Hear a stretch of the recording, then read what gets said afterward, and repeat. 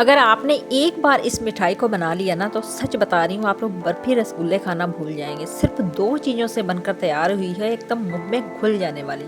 आप देखिए इसका टेक्सचर देख सकते हैं, मैं दिखा रही हूँ अंदर से भी एकदम रसीली बनी हुई है। एक बार आपने बना ली ना, बार बार बच्चे इसी मिठाई को मांगने वाले हैं। बहुत ही कम खर्चे में बनकर तैयार होती है। चलिए बिना देर के इसको बना लेते हैं। तो इसको बनाने के लिए मैंने 1 कप सूजी का लिया है। तो सूजी आप बारीक वाली ही लीजिएगा, मेरी सूजी मोटी वाली है। तो मैं क्या कर रही हूँ, इसको मिक्सर जार में डालकर एक बार चला लूँगी। तो क्या होगा, जब हम एक बार इसको मिक्सर जार में डालकर चला लेंगे, पीस लेंगे ना, तो ये जो बारीक वाली सूजी होती है ना, उस तरीके से हो जाएगी। एकदम फाइन तो नहीं होगी, लेकिन बारीक वाली सूजी की तरह हो जाएगी। तो उसके बाद में हमें क्या करना है, सबसे पहले एक पैन लेंगे इस तरीके से, उसमें हम डालेंगे इस तरीके से पानी। तो पानी कितना डालना है, 1 कप सूजी का है तो 2 कप पानी के हम इसमें डालेंगे।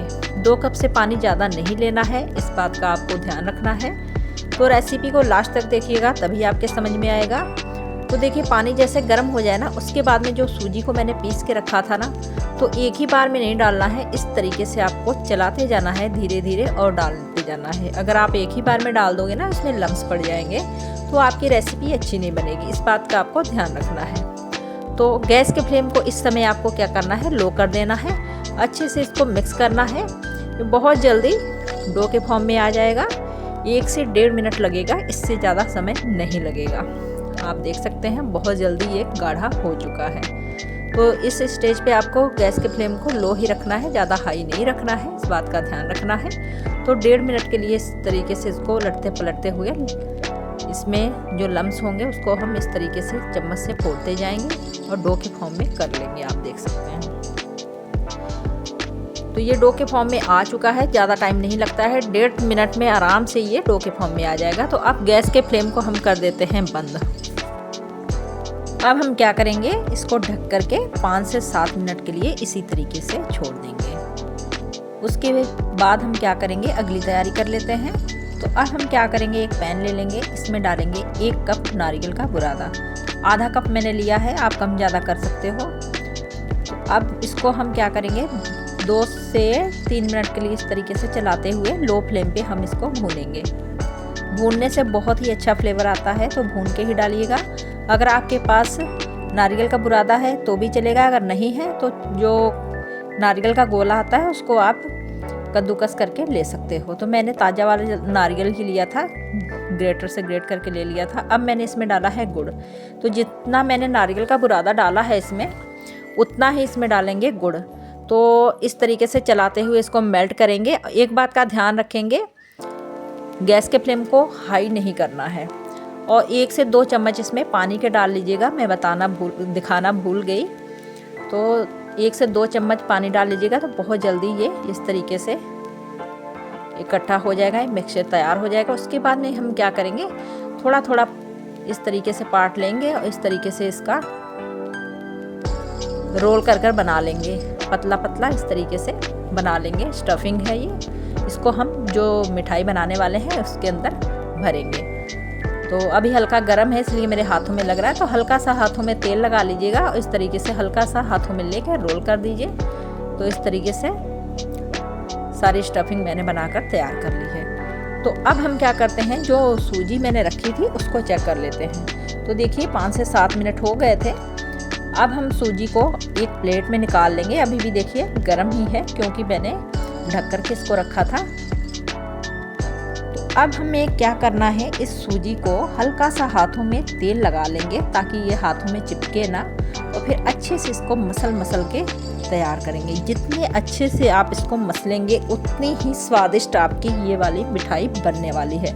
और आप लोग ये भी बताइएगा इस मिठाई को आप लोग क्या नाम दोगे, और यहाँ आपके यहाँ इस मिठाई को क्या बोलते हैं, ज़रूर से बताइएगा। तो इस तरीके से जितने अच्छे से आप मसलोगे उतनी ही बढ़िया बनने वाली है। अगर आप लोग मेरे चैनल पर नए हैं, मेरे चैनल को सब्सक्राइब कर लीजिएगा, बेल आइकन को प्रेस कर लीजिएगा ताकि आने वाली हर नई वीडियो की नोटिफिकेशन सबसे पहले आपको मिल सके। रेसिपी को लास्ट तक देखिएगा, अच्छी लगे तो लाइक शेयर ज़रूर करिएगा और प्यारा सा कमेंट करके ज़रूर बताइएगा आप लोग को मेरी रेसिपी कैसी लगी।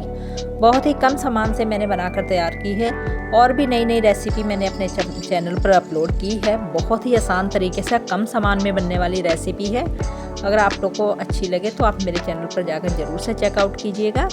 तो देखिए इस तरीके से मैंने बातों बातों में इस डो को अच्छे से मसल के सॉफ्ट सा तैयार कर लिया है। तो अब इसकी 3 बॉल बना लेते हैं इस तरीके से। उसके बाद में हम क्या करेंगे, जिस पे हम रोटी बनाते हैं चकला और बेलन ले लेंगे। इसको भी हम क्या करेंगे, हल्का सा तेल लगाकर इस तरीके से ग्रीस कर लेंगे ताकि ये चिपके ना। बेलन में भी इस तरीके से हल्का सा तेल लगा लेंगे। अब एक लोई इसमें से उठाकर इस तरीके से हल्का सा दबाएंगे। उसके बाद में हम बेलन से इस तरीके से बेलेंगे इसको। एक बात का ध्यान रखना है, ज़्यादा पतला नहीं आपको करना है। तो 2 तरीके मैं आपको बताऊंगी, तो जो तरीका आपको आसान लगे आप उस तरीके से बना सकते हो। अब देखिए इस तरीके से मैंने एक ग्लास ले लिया है। तो इस तरीके से सारी टिक्कियाँ हम बनाकर तैयार कर लेंगे और जो एक्स्ट्रा पार्ट है उसको निकाल लेंगे। उसका यूज हम फिर बाद में इसी तरीके से लोई बनाकर फिर से रोटी बेलकर इस तरीके से टिक्कियाँ निकाल लेंगे। तो अब जो स्टफिंग मैंने तैयार की थी इसको सेंटर में रखेंगे, इस तरीके से पलट देंगे और हल्का हल्का हम दबा देंगे। तो देखिए कितनी बढ़िया से एकदम गुजिया का शेप आ गया है इसमें। इस तरीके से हम सारी ही मिठाई को बनाकर तैयार कर लेते हैं। तो आप बताइएगा आपके यहाँ इस मिठाई को क्या कहते हैं। मैंने तो इसको पीठे का नाम दिया है, आप बताइएगा आप लोग कौन सा नाम देना चाहते हैं और कहाँ की ये फेमस रेसिपी है ये भी बताइएगा। तो चलिए अब दूसरा तरीका मैं आप लोग को बता देती हूँ। इसी तरीके से मैंने दूसरी वाली लोई ली है, इसको इस तरीके से बेलेंगे। बेलने के बाद हमें क्या करना है, इसमें कुछ भी हमें नहीं करना है, बहुत ही सिंपल तरीका है। इस तरीके से जो स्टफिंग तैयार की है उसको रखेंगे, फिर ऊपर से इस तरीके से फोल्ड कर देंगे, दबा देंगे, फिर हम ग्लास से इस तरीके से कट कर देंगे जिस तरीके से मैं कर रही हूँ।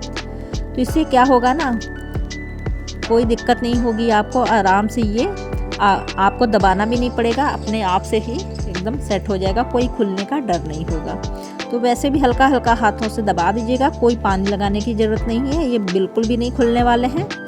इसी तरीके से आप सारी मिठाई को बनाकर तैयार कर सकते हैं। तो जो भी तरीका आपको सही लगे उस तरीके से आप सारी मिठाई को तैयार कर लीजिएगा।